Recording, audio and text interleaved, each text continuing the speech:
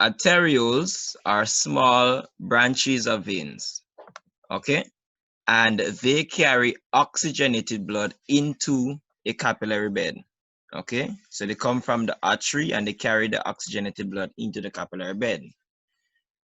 The venules, on the other hand, are small branches of veins, and they carry deoxygenated blood, a blood that does not contain oxygen, away from the capillary bed, okay?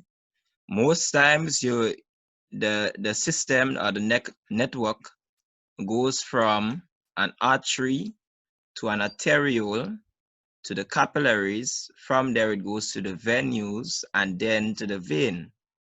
However, that is not always the case. So for instance, in the kidneys, right, there is a part of the kidney called the nephron, which would come to at later when we start looking at excretion. Okay, you have an arteriole to a capillary bed, arteriole to capillary bed, to venule, not the venule, but to another arteriole. Okay, so from arteriole to arteriole. Okay, so sometimes it goes like that. So from one arteriole to another arteriole, okay, through a capillary bed. In this diagram to the right here, you can see we have an artery, okay, and then from the artery, we move to the arteriole, to the capillary bed, to a venule, and then you have a vein. Now that vein carries the blood to another venule. So that's another special case here. That's another special case because you go from one venule through a vein to another venule, okay? And this is called a portal vein, okay? A portal vein. It's actually found in the liver. It's called the hepatic portal vein, right? And the whole system or network is called the hepatic portal system. So you have one capillary bed connected to another capillary bed directly, okay? So when that happens, you get a portal system, right? So you have a first capillary bed connected directly to a second capillary bed. It can be found in other parts of the body, for instance, the kidney as well. You have, let me show you a diagram, one moment.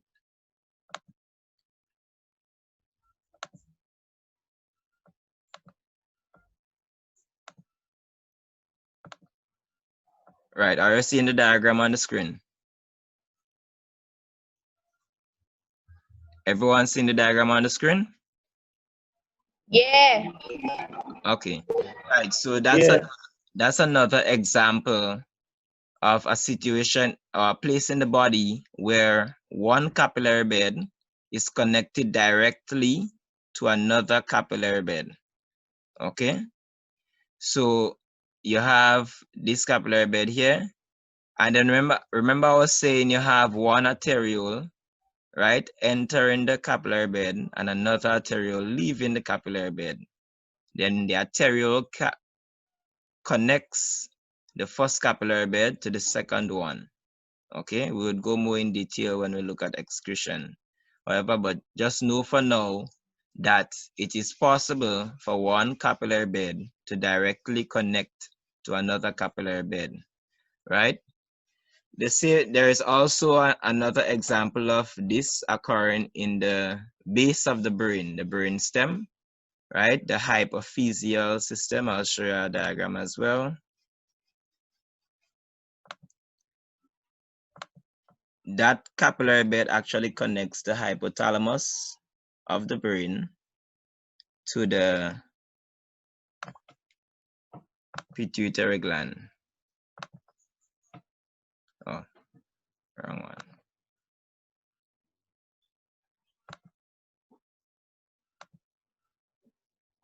I think that's it.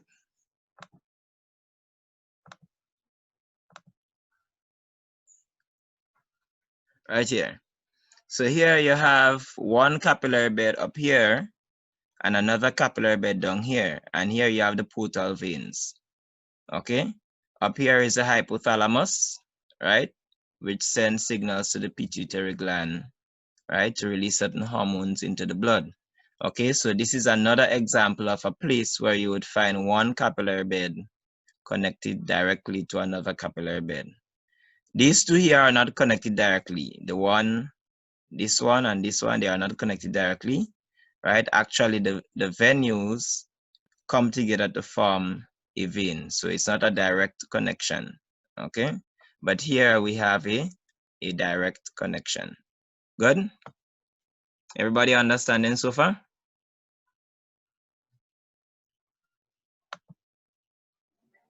Of course, I understand. Okay, very good.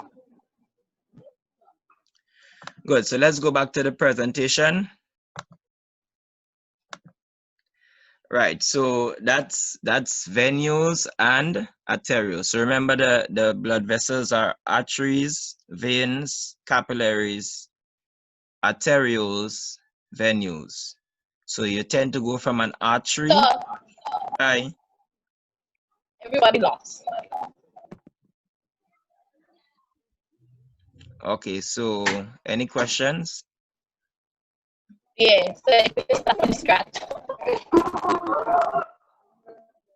No, serious, everybody kind of lost.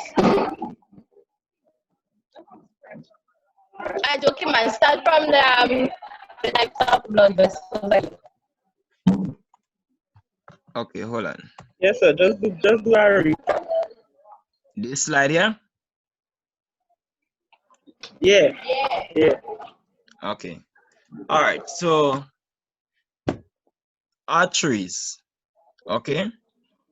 Arteries are located closest to the heart, okay? They carry blood under high pressure, okay? The walls are very thick and elastic to help them to withstand that pressure. So because of the pressure, the walls of the artery would stretch and recoil, stretch, recoil, or constrict. Okay, and this stretching and recoiling of the walls give you a pulse in the artery. So you can only get a pulse in an artery.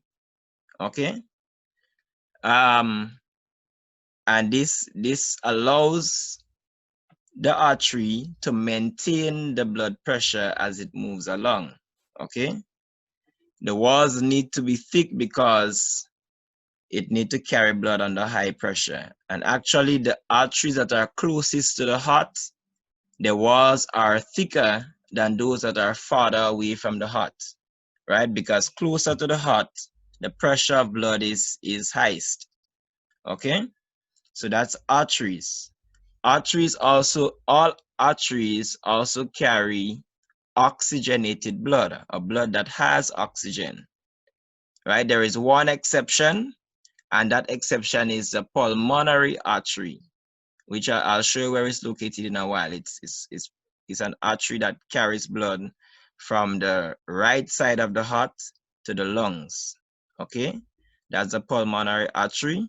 It carries deoxygenated blood, a blood that does not contain oxygen, right? It would carry to the lungs, so it would receive oxygen, and then it would be carried back to the heart. The blood would be carried back to the heart through the pulmonary vein, okay? All veins carry deoxygenated blood, a blood that does not contain oxygen, right? Except the only exception is a pulmonary vein, which carry oxygenated blood from the lungs to the left side of the heart, okay? So from the right side of the heart, the deoxygenated blood goes to the lungs, okay? The lung oxygen from the lungs would enter the blood, right? And then the pulmonary vein would carry the oxygenated blood, the newly oxygenated blood, back to the heart, the left side of the heart, okay? Because blood cannot mix between the right side and the left side of the heart, right? So as we go later on in the video to realize that we need a double circulation in the heart to get blood from the right side to the left side. However, the walls of veins are much thinner than the walls of arteries, right? And the veins are actually located closer to the skin than the artery. Okay, so the blood vessels that we tend to see on the surface of our skin, right, close to the surface of our skin, these are veins, right? They carry blood towards the heart, whereas the arteries carry blood away from the heart. Okay, whereas the arteries carry blood under high pressure, the veins carry blood under low pressure. Okay, the veins also expand, right, or they get wider, or we say they dilate, okay, to accommodate a greater volume of blood when you're exercising, right? Because remember, when you're exercising, your muscles need to get more blood containing more oxygen, right? Being able to transport more carbon dioxide away from the cells, also carry more nutrients to the cells of the muscles and so forth, so that respiration can occur faster. Okay, so because of that need, during physical activity, the veins need to become wider, right? Also to carry more heat around the body, right? Because remember, heat is also a byproduct of respiration. So the more blood that can be transmitted through the vein, the more heat that would be carried around the body and eventually released, right? Given off a sweat, okay? Also in veins, you have valves, all right? And these valves are called semilunar valves, right? That's what I've underlined here, semilunar valves. And they are called semilunar valves because they shape like a half moon, okay? So something like this, one like this, and one like this, okay? So you have these semilunar valves that when they close, so if this is a vein here, okay, this is, Oh Lord, so we're going on with that diagram. yeah, it's a rough diagram. Right, so you have one semilunar valve. I didn't hear that.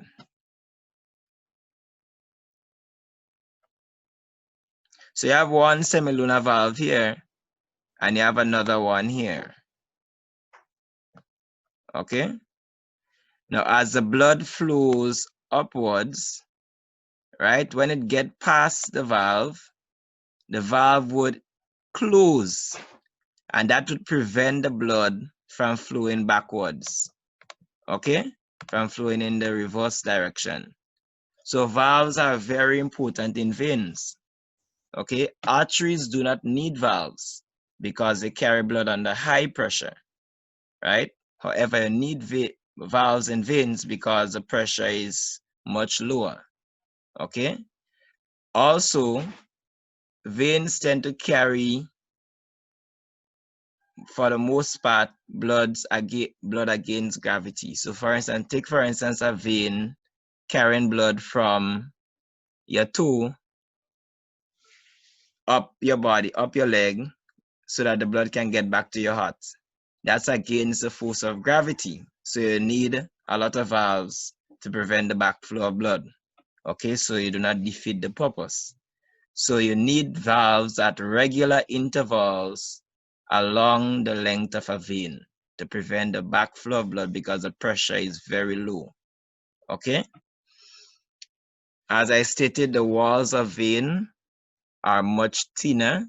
They have less layers of muscles and less fibrous tissue than veins. And that's because, than arteries, sorry. And that's because they have to withstand not too much pressure. They do not have to withstand too much pressure.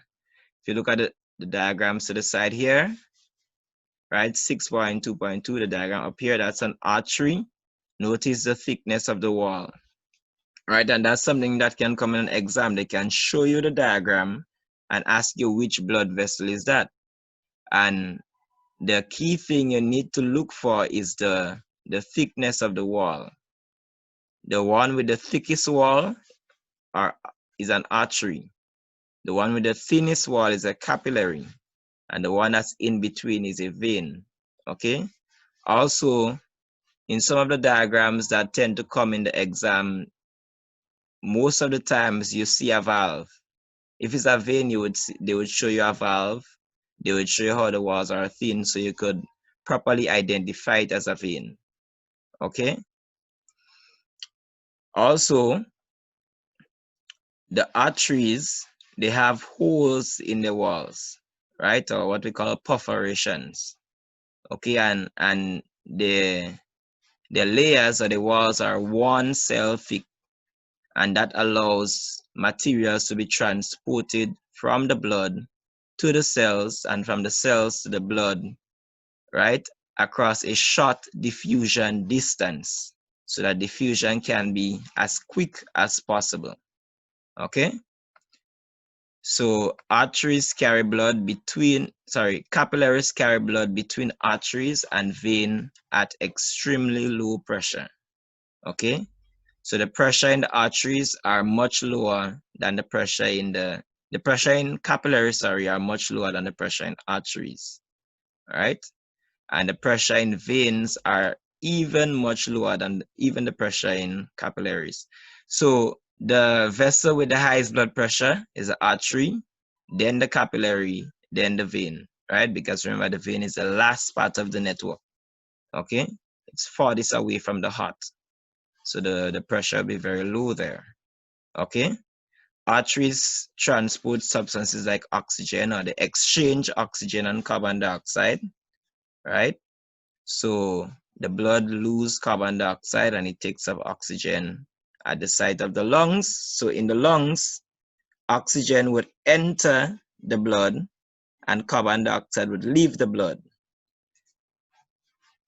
When the capillary network is close to the tissues and organs of the body, oxygen would be carried away from the blood and into the cells of the tissue, right, or the tissues of the organ, and carbon dioxide would move in the opposite direction, okay, from the tissue to the blood, okay, because the carbon dioxide is produced by the cells of the tissues, right? So they need to get rid of the carbon dioxide and they rely on the blood to transport that carbon dioxide from there to the lungs, where the carbon dioxide would now leave the blood, enter the lungs and exhale, right? On the other hand, when the blood is at the lungs, the oxygen would leave the lungs and enter the blood. The blood would transport the oxygen to the blood vessels, the capillary network around the, not the blood vessel, but the capillary network around the organs or cells, where the oxygen would leave the blood and enter the cells. Okay, is that clear?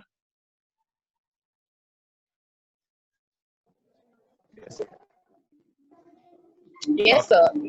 Okay, very good. Good. So the walls of arteries and veins are made up of 3 different tissues. So you have squamous cells, or very squamous means flat.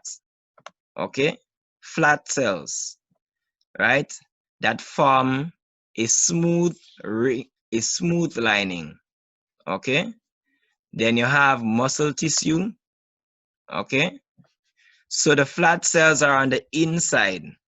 So if you look within the vessel, you would see those flat cells. These are squamous cells, and they create this smooth surface on the inside, or lining. Then you have the muscular layer, right, or the middle layer, right, which is very thick in arteries, right? The muscular layer is thickest in arteries, right? And it's thinnest in veins, okay? On the outside, you have fibrous tissue that contains elastic tissue. You also have some collagen fibers there, right? All these are proteins, right, that help with maintain the structure of the blood vessel, the outer structure. Capillaries only have 2 layers, right? Well, actually 1 layer, right? It's 1 cell thick. So in capillaries, you only have the squamous cells. So you do not have muscle tissue and you do not have fibrous tissue in capillaries, right? These are only found in veins and arteries, right? Capillaries, you only have the squamous cells on the in, right? So that's why I stated before that capillaries are one cell thick or one layer of cells, okay? And they also have holes in the walls, right? That allows for the efficient transfer of substances between the blood and the tissues. Good? Then we have arterioles and venules, okay?